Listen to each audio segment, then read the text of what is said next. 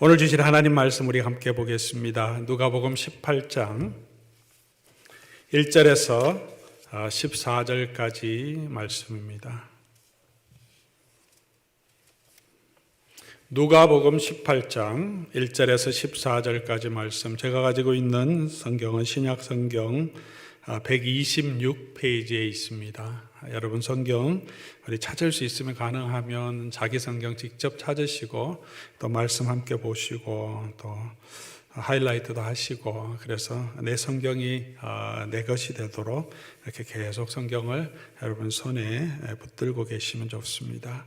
누가복음 18장 1절에서 14절까지 제가 찾으신 줄 알고 받들어 읽겠습니다. 예수께서 그들에게 항상 기도하고 낙심하지 말아야 할 것을 비유로 말씀하여 이르시되, 어떤 도시에 하나님을 두려워하지 않고 사람을 무시하는 한 재판장이 있는데, 그 도시에 한 과부가 있어 자주 그에게 가서 내 원수에 대한 나의 원한을 풀어주소서 하되, 그가 얼마 동안 듣지 아니하다가 후에 속으로 생각하되 내가 하나님을 두려워하지 않고 사람을 무시하나 이 과부가 나를 번거롭게 하니 내가 그 원한을 풀어주리라. 그렇지 않으면 늘 와서 나를 괴롭게 하리라 하였느니라. 주께서 또 이르시되, 불의한 재판장이 말한 것을 들으라. 하물며 하나님께서 그 밤낮 부르짖는 택하신 자들의 원한을 풀어주지 아니하시겠느냐? 그들에게 오래 참으시겠느냐? 내가 너희에게 이르노니 속히 그 원한을 풀어주리라. 그러나 인자가 올 때에 세상에서 믿음을 보겠느냐 하시니라. 또 자기를 의롭게 하고 어렵다고 믿고 다른 사람을 멸시하는 자들에게 이 비유로 말씀하시되, 두 사람이 기도하러 성전에 올라가니 하나는 바리새인이요 하나는 세리라. 바리새인은 서서 따로 기도하여 이르되, 하나님이여, 나는 다른 사람들 곧 토색 불이 간음하는 자들과 같이 아니하고 이 세리와도 같이 아니함을 감사하나이다. 나는 일에 2번씩 금식하고 또 소득의 11조를 드리나이다 하고, 세리는 멀리 서서 감히 눈을 들어 하늘을 쳐다보지도 못하고 다만 가슴을 치며 이르되, 하나님이여 불쌍히 여기소서, 나는 죄인이로소이다 하였느니라. 내가 너희에게 이르노니 이에 저 바리새인이 아니고 이 사람이 의롭다 하심을 받고 그 집으로 내려갔느니라. 무릇 자기를 높이는 자는 낮아지고 자기를 낮추는 자는 높아지리라 하시니라. 아멘. 우리가 이제 시편 묵상을 몇 주 하다가 다시 이제 누가복음 묵상으로 돌아왔습니다. 시편 묵상 가운데서도 또 우리에게 적절하게 하나님께서 많은 은혜와 또 위로를 주신 줄 믿습니다. 이제 이 누가복음, 예수님께서 예루살렘으로 올라가시고 순환당하시는 이 과정을 통하여서 누가복음을 묵상하며 십자가의 사랑을 진하게 우리가 경험하는 시간이 되기를 바랍니다. 우리가 언제나 그래 해야 되겠지만 우리 특별히 지금 사순절 기간에 있습니다. 우리 소셜미디어 또 TV나 이런 접촉과 시간을 보내는 시간은 좀 줄이고 우리 주님과 만나고 교제하는 시간에 조금 더 늘어나면 좋겠습니다. 우리 교회에서도 새벽 기도가 계속 진행되고 있습니다. 우리 3월 말에 우리 특별 새벽 기도도 하지만 그 이전에라도 우리 새벽 기도의 시간 또 기도하기 원하시는 분은 오시면 우리 함께 기도하며 우리 하나님 앞에 우리 예수 그리스도의 고난을 기억하고 또 은혜 받는 시간이 될 줄 믿습니다. 오늘 본문은 1절 말씀 보니까 예수께서 그들에게 항상 기도하고 낙심하지 말아야 합니다 라고 비유로 가르침으로 시작합니다. 예수께서 그들에게 말씀하셨습니다. 그들이 누구이겠습니까? 우리 성경을 보면 그들 하면 제자들이겠거니 그렇게 생각합니다. 오늘 이 본문에서는 그렇습니다. 7장 22절로 가서 보면 예수님께서 또 제자들에게 이르시되 때가 이르리니 인자가 오실 것, 예수님이 다시 오실 그날 마지막 때에 대해서 예언하시고, 그리고 이어서 예수께서 또 그들에게, 제자들에게 말씀하시죠. 그러나 그들에게 하더라도 제자들이 아닐 경우도 있습니다. 바리새인들에게 말할 수도 있기 때문에 성경 앞뒤를 이렇게 특별히 복음서는 앞뒤를 살펴보시면서 누구에게 어떤 상황에서 예수님 말씀하시는지 우리 살펴보면 좋습니다. 오늘은 예수님께서 제자들에게 기도에 대해서 다시 가르치시는 내용입니다. 특별히 예루살렘으로 올라가는 과정에서 다시 기도를 가르치십니다. 예수님은 이 기도와 고난에 굉장히 밀접하게 연관이 있음을 우리에게 늘 보여주십니다. 고난을 당할 때도 시험에 들지 않게 깨어있어 기도해야 되고, 고난을 견딜 수 있는 힘을 얻기 위해서도 우리가 기도해야 합니다. 예수님께서 마지막 만찬이 있기 전에 제자들에게 또 누가복음 조금 더 가면 우리가 묵상하겠죠. 21장 36절 보면 항상 기도하고 깨어있으라, 그렇게 강조하십니다. 만찬이 끝난 후에 예수님이 우리가 아는 대로 겟세마네라는 동산으로 예수님이 가시죠. 그곳에 가셔서 제자들에게 말씀하시죠. 시험에 들지 않게 깨어있어 기도하라.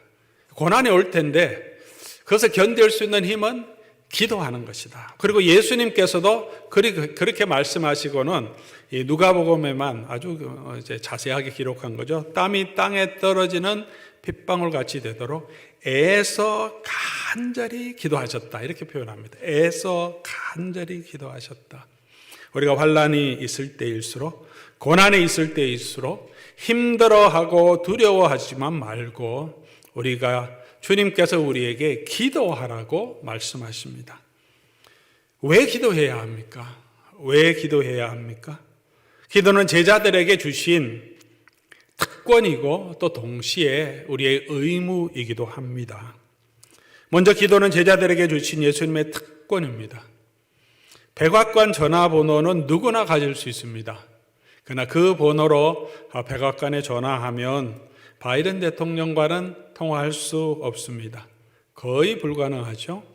대통령 바꿔주십시오 한다고 대통령 바꿔주는 사람이 없습니다. 바이든 대통령이 가지고 있는 개인 핸드폰이 있다면 그것을 아는 사람이면 언제나 직접 전화할 수 있죠. 가족들이든지 아니면 가까운 지인이들이든지 대통령의 보좌관들이든지요.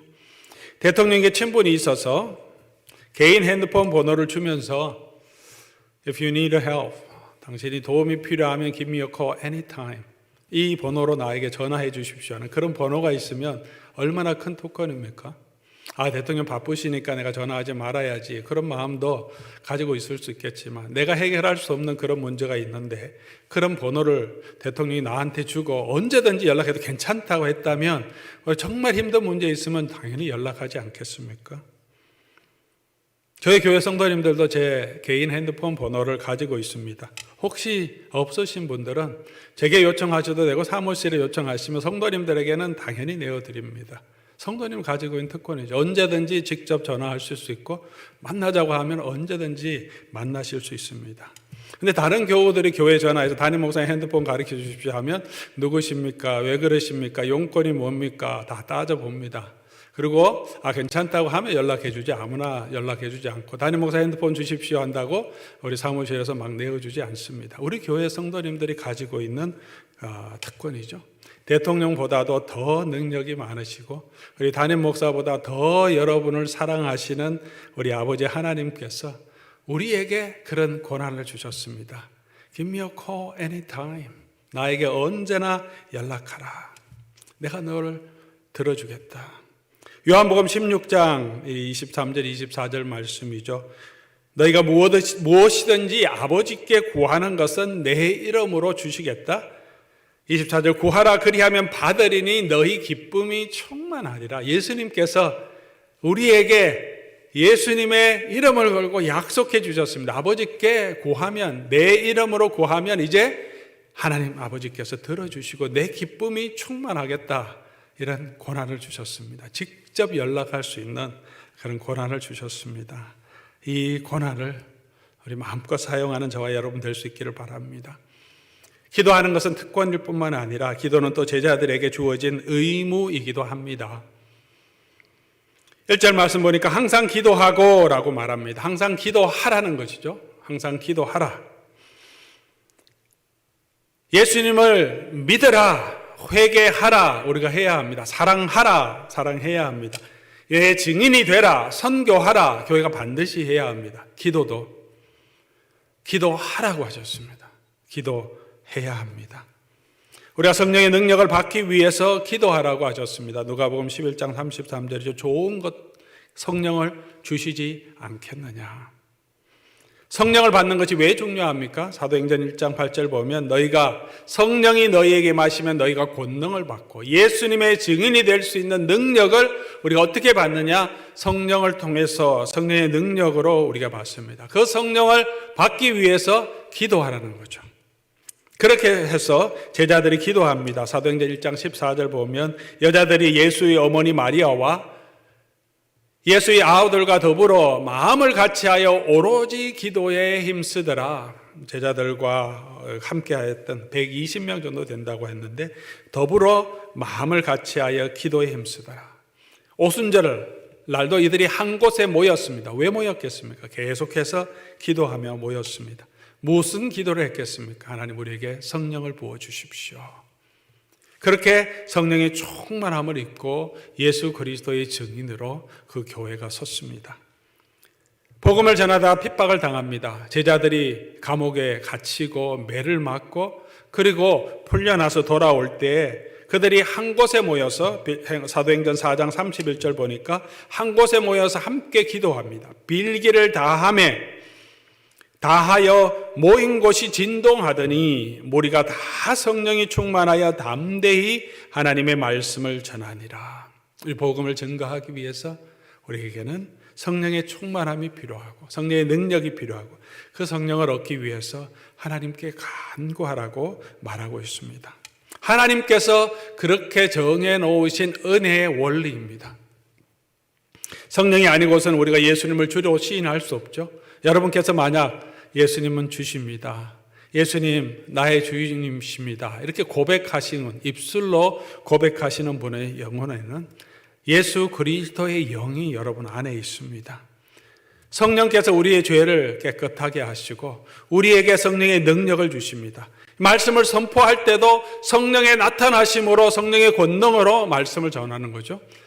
여러분이 말씀을 듣고 은혜 받을 때도 성령께서 여러분의 마음에 감동시켜 주셔서 말씀의 은혜를 받게 하시는 겁니다. 성령께서 우리에게 은사를 주십니다. 다양한 은사를 주셔서 지금 가르치고 설교하고 섬기고 사랑하고 방언도 하고 병도 고치고 예언할 수 있는 많은 은사를 주신 것, 성령께서 주시는 성령의 은사.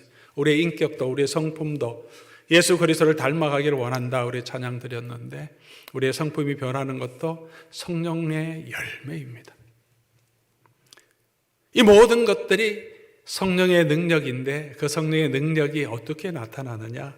기도를 통해서 우리가 기도하면 하나님께서 그렇게 응답해 주신다고 약속해 주셨습니다. 그러므로 성도의 기도가 없이 하나님의 나라와 하나님의 나라의 구원이 이루어질 수가 없습니다. 성도의 기도 없이 교회가 세워질 수 없고 성도가 그리스도의 위에 그 사랑 위에 세울 수 없고 전도도 이루어질 수 없습니다.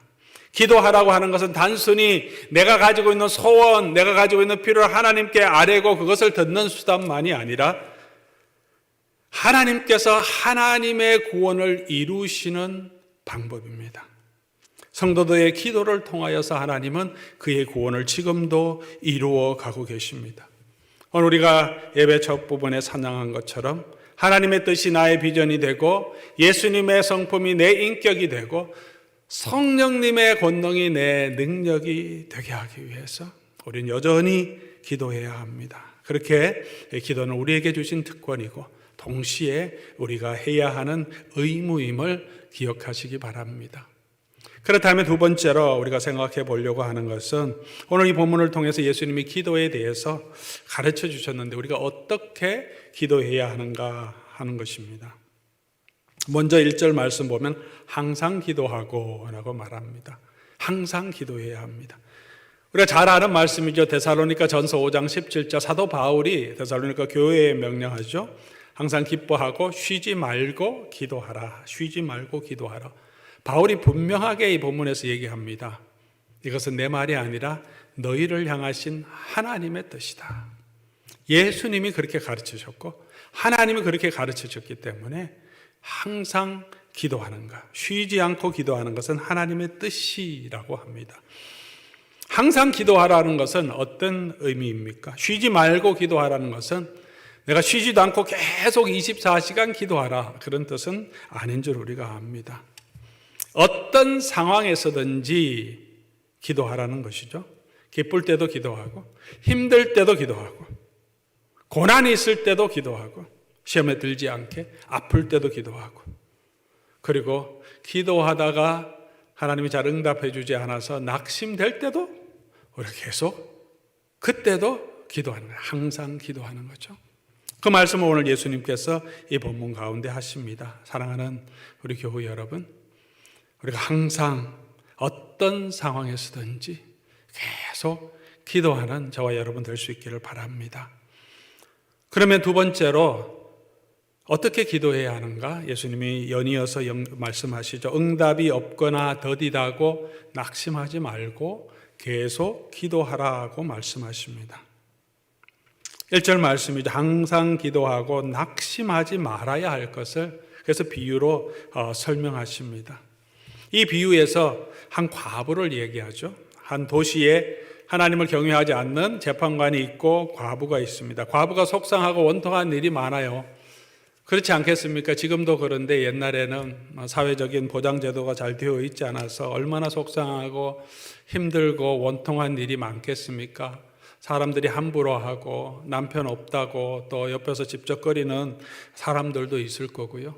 경제적으로 어려워서 힘들 것도 있었을 겁니다. 속상하고 원통한 일이 많아서 그래서 그 재판장에게 갑니다.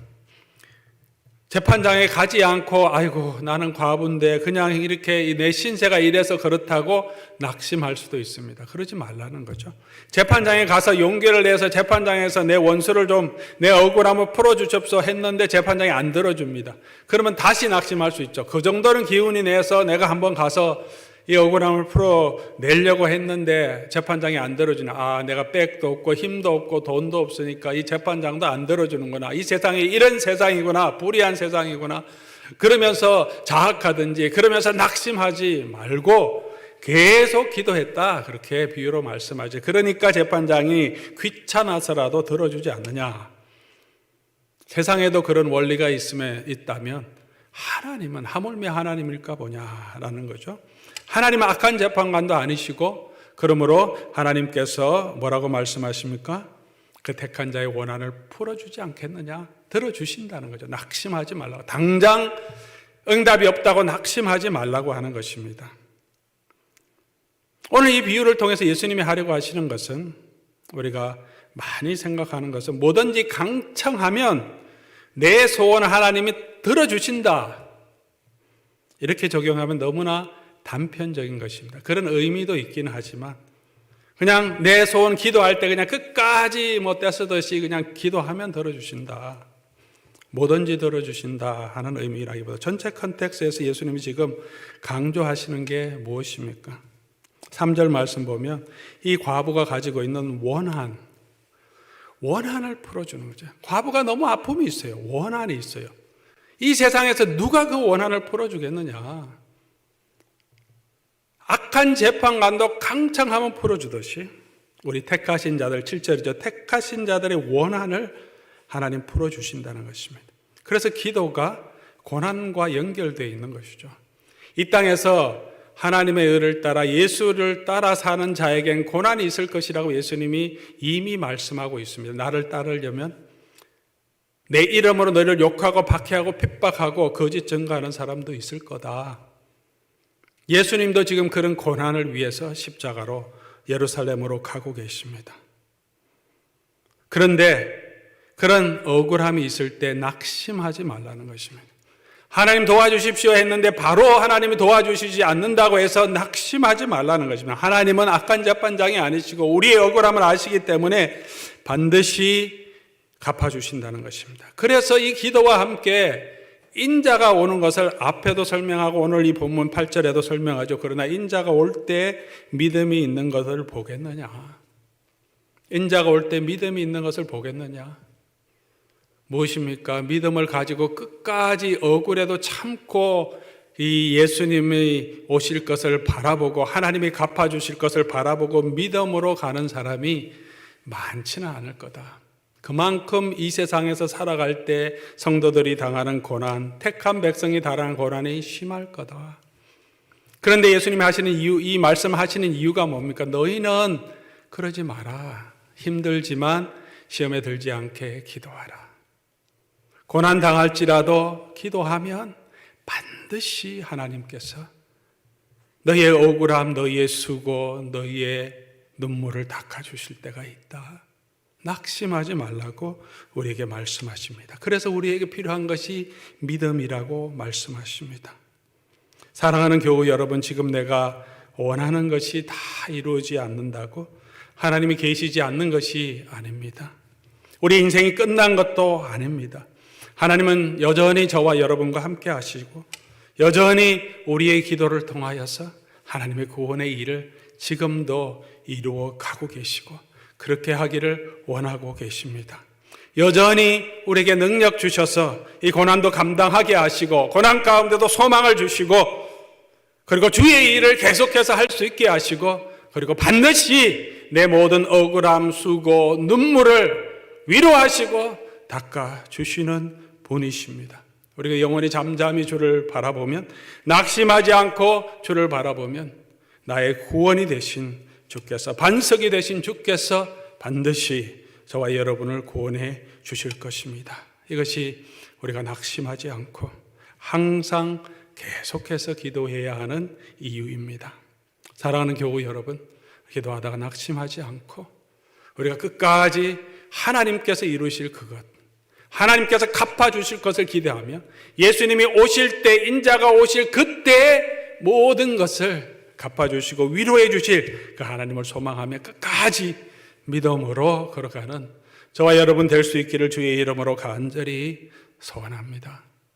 세 번째로 우리가 기도할 때 예수님이 이렇게 기도하라고 합니다. 우리는 통회하는 마음으로 하나님 앞에 나아가라. 통회하는 마음으로 기도해야 합니다. 9절부터 14절까지 내용을 중심으로 그 말씀을 하시죠. 이 9절부터 14절까지 내용은 바리새인과 세리의 비유. 이 비유는 핵심 메시지가 자기를 높이는 자는 낮아지고 낮추는 자는 높아지리라. 그런 우리의 태도에 대한 이야기죠. 그리고 그 후에 나오는 어린아이와 같은 자세와 연결이 됩니다. 그 내용의 그것은 핵심이지만 또 이 세리와 바리새인의 비유도 여전히 기도라는 이 컨텍스트 안에서 우리에게 말씀해 줍니다. 다른 상황에서 두 사람을 비교할 수도 있는데 예수님은 10절에 보면 두 사람이 어디로 갈 때라고 말합니까? 기도하러 성전에 올라갈 때. 하나님 앞에 나아가는 기도의 자세. 일반 삶에서도 바리새인의 태도가 있고 세리의 태도가 있는데요. 특별히 하나님 앞에 기도하러 나올 때의 자세를 이야기합니다. 어떤 자세로 기도하러 나왔느냐? 앞에 기도와 이 바리새인과 세리의 기도를 연결시키고 자기를 높이는 자는 낮춰주겠다는 이 말씀으로 또 어린아이의 자세를 우리에게 설명해 주고 있습니다. 사랑하는 교우 여러분, 우리가 하나님 앞에 나아갈 때 우리의 기도의 자세, 기도할 때 우리의 자세는 어떠한 자세를 가지고 있습니까? 바리새인들의 태도를 한번 다시 우리가 풀어서 좀 설명한다면, 하나님, 내가 이런 봉사도 했고 이런 수고도 했고 내가 교회를 섬기고 애써서 기도도 열심히 하고 봉사도 열심히 하지 않습니까? 그런데 내가 저 인간보다는 낫지 않습니까? 저 인간에게는, 저 사람에게는 하나님께서 저런 축복도 주시는데 왜 나에게는 축복하지 않습니까? 당연히 축복해 주셔야 하지 않겠습니까? 믿지 않는 사람도 잘 사는데요. 내가 하나님 믿고 섬기는데, 하나님 앞에서 의롭게 살려고 노력하는데 하나님 나의 기도 들어주셔야 하지 않겠습니까? 그리고 하나님 앞에 서 있는 기도라고 볼 수 있죠. 그래서 하나님이 응답하지 아니하시면 어떤 마음이 들겠습니까? 하나님이 이렇게 무심하시냐라고 생각이 바로 듭니다. 내가 그렇게 기도했는데 내가 뭐가 부족해서. 그렇죠. 내가 부족하긴 하지만 그래도 저 인간보다 내가 훨씬 나은데 내가 이 교회에서도 수고하고 애쓰고 섬긴 게 얼마나 많은데 하나님 앞에 내가 온전하지는 못해도 그래도 이 교회에서 보면 그래도 내가 마음을 다해서 하나님 섬기려고 노력했는데 왜 안 줍니까? 왜 내가 간구하는 거 안 줍니까? 라고 낙심하게 될 수 있습니다. 이건 마치 탕자의 비유에 나오는 큰아들의 모습과 같죠. 아버지 앞에서는 큰아들입니다. 예수님이 탕자의 비유를 하실 때도 이 탕자의 비유를 누구에게 하시냐 하면 바리새인들과 서기관들의 태도를 지적하시기 위해서 하십니다. 세리와 죄인들을 폄하하는 그들의 태도를 지적하시면서 이 큰아들의 모습을 통해서 너네가 이런 사람이다 라고 책망하려고 하신 거죠. 오늘 본문과 연결이 됩니다. 큰아들의 불만이 뭡니까? 나는 아버지 떠나지도 않았고 저 죄인 둘째 아들과 비하면 정말 내가 성실하게 아버님 섬겼는데 근데 뭐라 그러죠? 아버지는 나에게 내 친구와 함께 즐길 수 있는 염소 새끼 한 마리도 안 주었다고. 아버지가 뭐라고 말합니까? 내 것 다 내 것인데 그게 왜 불만이냐? 그게 왜 불만이냐?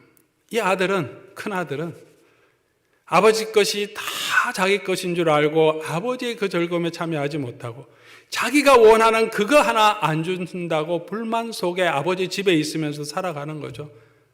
오늘 우리의 기도의 자세가 혹시 그렇지는 않습니까? 이 세상 살아가면서 하나님이 주신 그 은혜가 얼마나 많은데 아버지의 모든 것이 우리의 것으로 주셨음에도 불구하고 내가 원하는 게 있는데 이거 안 들어주시니까 막 인생 끝난 것처럼 하나님 내 기도도 안 들어주시는 것처럼 하나님은 살아계시지도 않는 것처럼 그렇게 생각하고 그 아버지의 기쁨을 즐기지 못하고 불만과 원망 가운데 그렇게 하나님 앞에 나아가고 있지는 않습니까?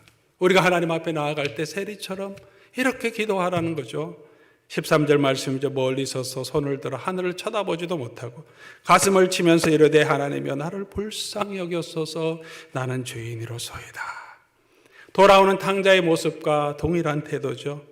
누가복음 15장 18절에 나오죠. 아버지 내가 하늘과 아버지께 죄를 지었사오니 지금부터 아버지 아들이라 일컬음을 감당하지 못합니다. 품꾼의 하나로 주소서. 아들로 인정해 주지 않아도 됩니다. 그냥 받아만 주시면 감사하겠습니다. 통회하는 마음이죠. 사랑하는 교우 여러분, 오늘 저와 여러분은 하나님의 은혜로 구원을 얻었지만 여전히 우리는 죄 가운데 있는 자들이 아닙니까? 이 작은 아들처럼 또는 큰 아들처럼 하나님이 우리에게 주신 것을 달라고 해서 하나님의 은사로 주셨는데 그 모든 것들을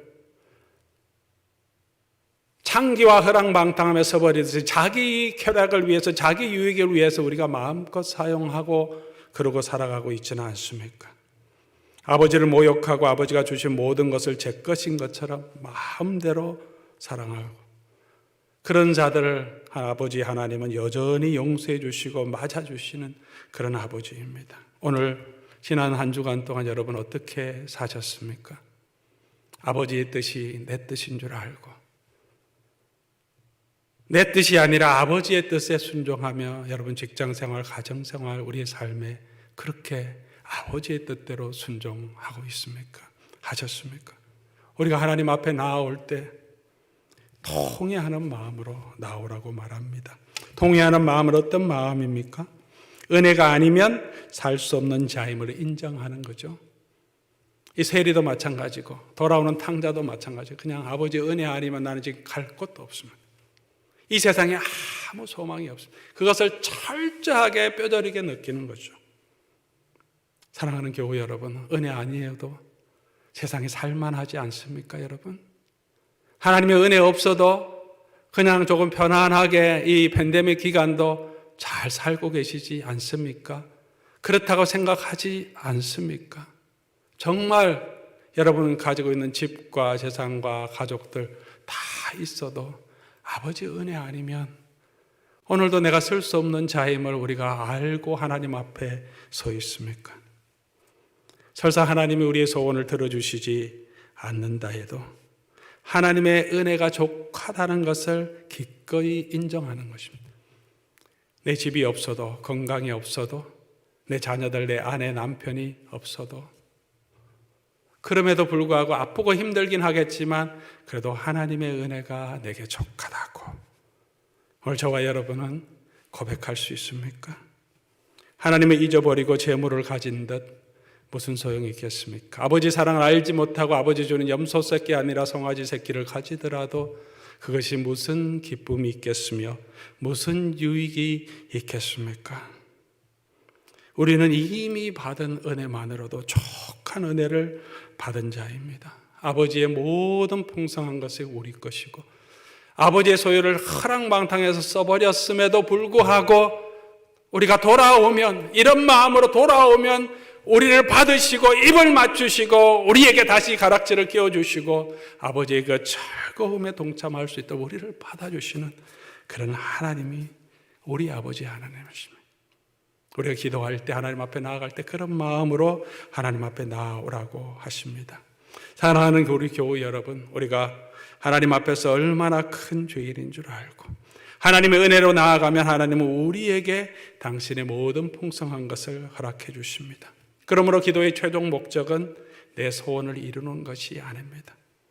우리의 삶에 하나님의 뜻이 이루어지도록 나를 하나님 앞에 드리는 것입니다. 기도의 시간은 하나님과 우리가 교제하는 시간이고 기도의 자리는 하나님의 은혜를 경험하는, 하나님의 은혜를 알아가는 자리입니다. 그러므로 사랑하는 교우 여러분, 우리가 낙심하지 말고 항상 기도해야 하는 이유입니다. 지금 여러분이 간구하는 여러분의 개인적인 기도의 제목들이 응답되었다면 기뻐하시고 하나님 앞에 감사하시며 즐기십시오. 하나님이 주신 축복입니다. 우리의 기도를, 우리 개인적인 필요도 하나님께서 들어주십니다. 그러나 우리가 기억해야 할 것은 그것이 다가 아니라는 사실입니다. 하나님의 나라에서는 이 세상에서 우리가 누리는 그 기쁨보다 비교할 수 없는 더 큰 기쁨과 더 큰 하나님의 유업을 우리에게 주시고 더 큰 위로를 우리에게 주신다는 사실을 기억해야 합니다. 지금 우리에게 고생과 속상함과 눈물이 있습니까? 하나님이 나의 오랜 간구, 간절한 소원을 들어주시지 않으셔서 혹시 낙심하고 소응이 상한 그런 마음이 있지 않습니까? 그럼에도 불구하고 우리가 낙심하지 않을 수 있습니다. 기억해야 합니다. 이 세상의 고난, 눈물, 아쉬움, 속상함이 있지만 이게 끝이 아니라는 사실입니다. 반드시 하나님께서는 내가 더 많은 고난을 당하면 당할수록 더 큰 은혜와 더 큰 위로로 우리에게 갚아주신다는 것입니다. 끝날 때까지 아직 우리 인생 끝난 것이 아니고 하나님의 구원이 아직 완전하게 우리에게 이루어진 것은 아닙니다. 제 말이 아니라 예수님께서 우리에게 주신 말씀이고 약속이고 성경이 우리에게 주는 약속입니다. 우리가 이 하나님 바라보며 낙심하지 말고 주를 바라보고 계속해서 기도하는, 그래서 하나님께서 우리에게 주시는 그 은혜를 맛보는 저와 여러분 될 수 있기를 주의 이름으로 간절히 소원합니다. 오늘 말씀 생각하시면서 우리 한번 우리 주중에 우리 포도원 톡방 연락망을 통해서 보내드렸는데 오늘 이 찬양 함께 하며 원하고 바라고 기도하는 것. 이 세상 살아가는 동안에 나의 힘은 의지할 수 없으나 기도하지 하고 낙심하지 말 것은 주께서 참 소망이 되심이라. 주의 길 걸어가는 동안에 세상 것 의지할 수 없으니 감사하고 낙심하지 말 것은 주께서 내 기쁨이 되신다. 그런 기도로, 그런 마음으로 우리 하나님 앞에 찬송하며 기도하도록 하겠습니다.